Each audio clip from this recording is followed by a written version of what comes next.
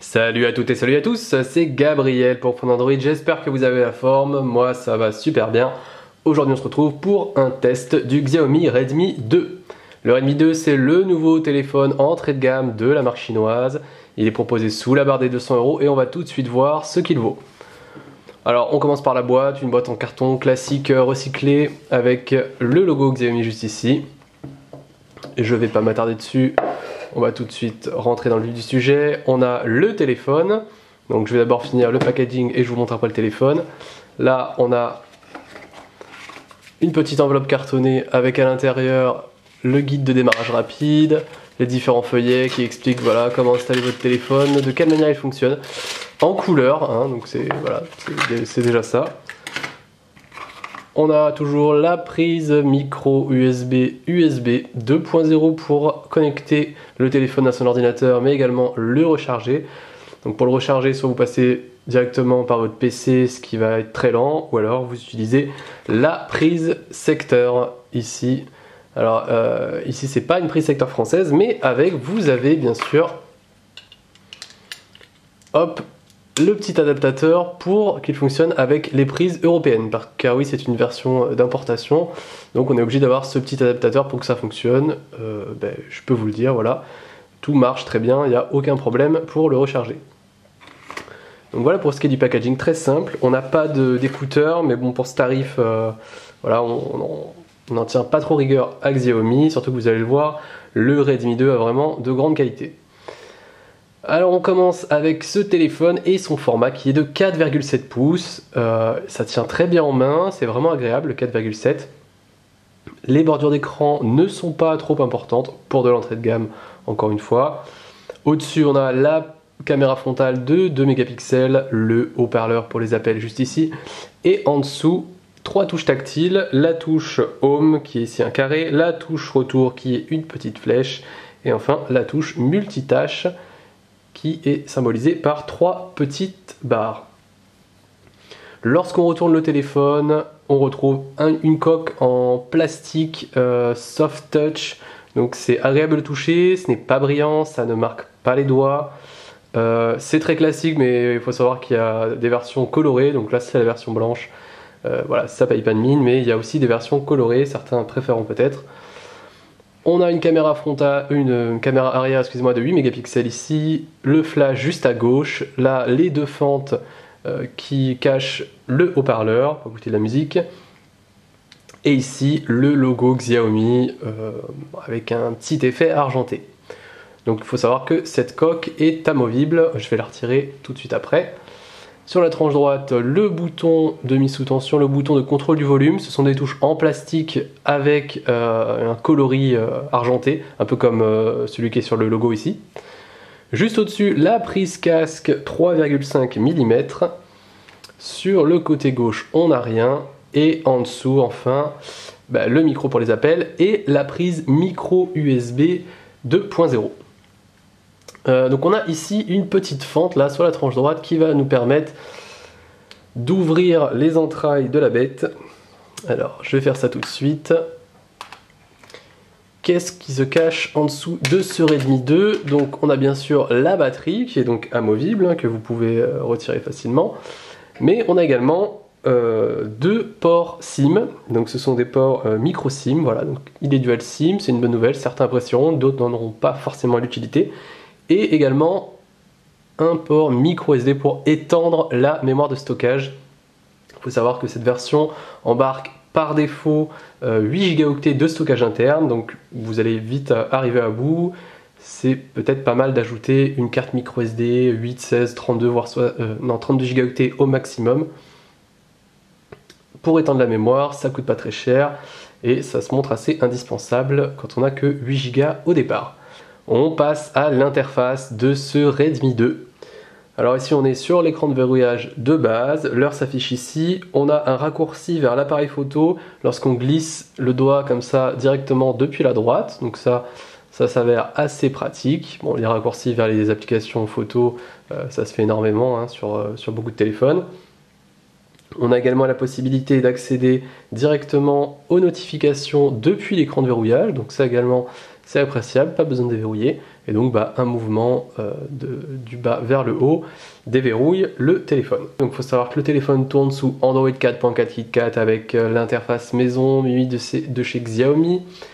C'est une interface qu'on connaît déjà bien pour l'avoir testé sur le Xiaomi Mi 4 par exemple, ou la tablette Mi Pad. Donc ça n'est pas sans rappeler, comme vous pouvez le voir au niveau des icônes, un certain iOS d'Apple, voilà. Bon, c'est un peu coloré, les icônes sont un petit peu rondes, on n'a pas de lanceur d'application, tout se fait directement sur le bureau. C'est-à-dire que lorsque vous installez une application, via le Google Play, qui est d'ailleurs intégré par défaut, l'application va se mettre directement sur le bureau et ça veut dire que si vous voulez la retirer du bureau, vous allez devoir la désinstaller. Et malheureusement, pour les applications qui sont déjà présentes sur ce Redmi 2, vous n'allez pas pouvoir les cacher, comme c'est le cas sur les autres téléphones lorsqu'on a un lanceur d'app. Ici, tout est sur le bureau, donc vous voyez, j'ai fait un dossier en quelque sorte avec un peu toutes les apps que je ne veux pas. Une partie, on va dire, de l'interface qui est traduite. Dans les paramètres c'est traduit, les icônes vous voyez c'est traduit, dans pas mal d'applications c'est du français, mais on retrouve quand même quelques traces d'anglais et même des apps qui sont en chinois. Donc ça c'est on va dire un des défauts de cette interface. Pour le reste elle est assez réussie. Je vous montre tout de suite le multitâche. Donc lorsque vous appuyez sur cette touche, vous avez toutes les applications qui sont en cours d'exécution. Vous pouvez choisir de les fermer une par une en faisant un mouvement comme ça vers le haut ou tout supprimer en appuyant directement sur la croix, ce qui affiche d'ailleurs la quantité de RAM disponible. Vous voyez, lorsque je fais comme ça, c'est marqué qu'il me reste 299 mégaoctets de RAM sur les 1 Go de départ. Donc voilà pour ce qui est du multitâche. On a donc cette barre des notifications qu'on a aperçue un petit peu juste avant, qui affiche donc toutes vos notifs de manière assez classique. Lorsque vous faites un mouvement comme ça vers la gauche, vous accédez directement au raccourci de certaines fonctionnalités, donc le Wi-Fi, mais également la data, le mode silencieux, le réglage de la luminosité de l'écran juste ici, et même un bouton pour aller directement sur les paramètres. Autre fonctionnalité, lorsque vous restez appuyé sur ce bouton multitâche, on a la possibilité d'agencer un petit peu les bureaux. Donc vous appuyez sur la home pour les ranger et pour choisir voilà, les icônes, pour les organiser, etc. Donc ça c'est du classique.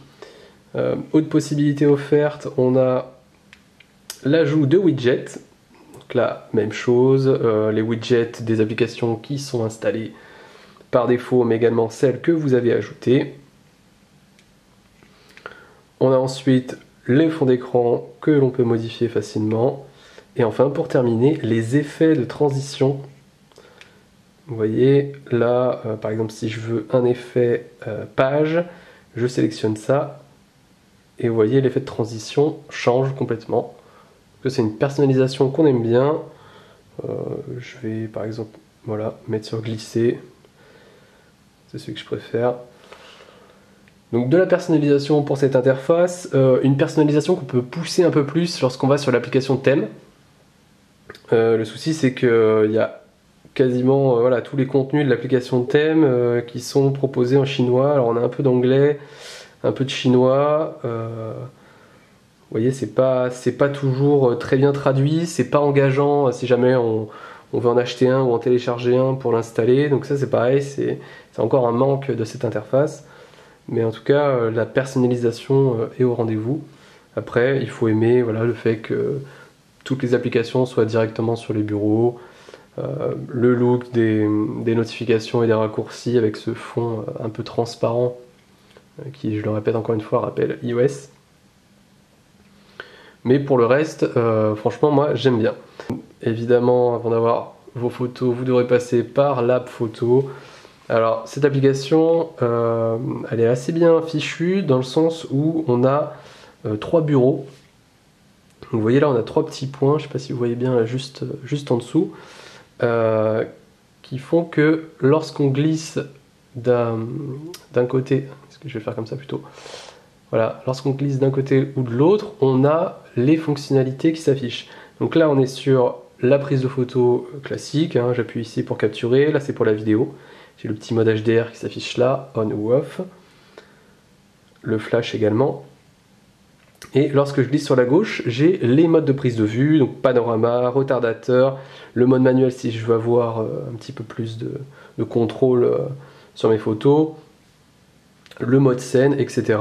Et sur le côté droit, cette fois, on a les filtres qui s'affichent en temps réel, qui permet d'avoir un aperçu du rendu qu'on peut avoir. Donc, vous voyez, c'est hop, si j'appuie sur vif, alors, vous allez voir, la capture est très rapide. Et ça me change carrément la couleur, ça me met du bleu. Donc je mets le HDR en off et vous voyez, la capture est vraiment super rapide. C'est pas aussi rapide que sur le Mi 4, mais c'est assez efficace. Et lorsque je mets le mode HDR, évidemment, la prise est un petit peu plus longue. Le mode HDR, vous le verrez sur mon test complet sur Phone Android, ça permet de rehausser un petit peu les zones d'ombre, d'éclaircir les zones d'ombre. Et il se révèle assez efficace ce mode HDR. Donc voilà pour ce qui est des photos. Franchement, il s'en sort plutôt bien, je trouve, pour un téléphone d'entrée de gamme avec un capteur arrière de 8 mégapixels. On est sur des photos qui se défendent. Vous voyez, je vous montre ça. Lorsqu'on a des conditions de luminosité qui sont bonnes, il n'y a vraiment rien à dire sur ce capteur. Bon, on n'espérait pas des miracles, hein, c'est sûrement pas le meilleur appareil photo qu'on ait pu tester. Mais voilà, pour un entrée de gamme, il se débrouille pas mal du tout. Ça se gâte un petit peu pour les photos de nuit, il y a beaucoup de bruit qui apparaît. Et le capteur a également tendance à brûler un petit peu les photos, enfin à lisser les photos, je dirais plutôt, pas les brûler, à les lisser un peu. Donc ça fait quelques aplats de couleurs, notamment lorsque vous capturez la photo du ciel. Mais globalement, il est plutôt bon. Voilà, on a vu bien pire pour des téléphones dans cette gamme de prix. Qu'est-ce que je peux vous montrer d'autre comme application? On a le centre de sécurité qui regroupe plusieurs fonctionnalités en un seul endroit, donc ça on apprécie. On a la liste noire des contacts, on a également l'utilisation que l'on fait de nos données, on a la corbeille.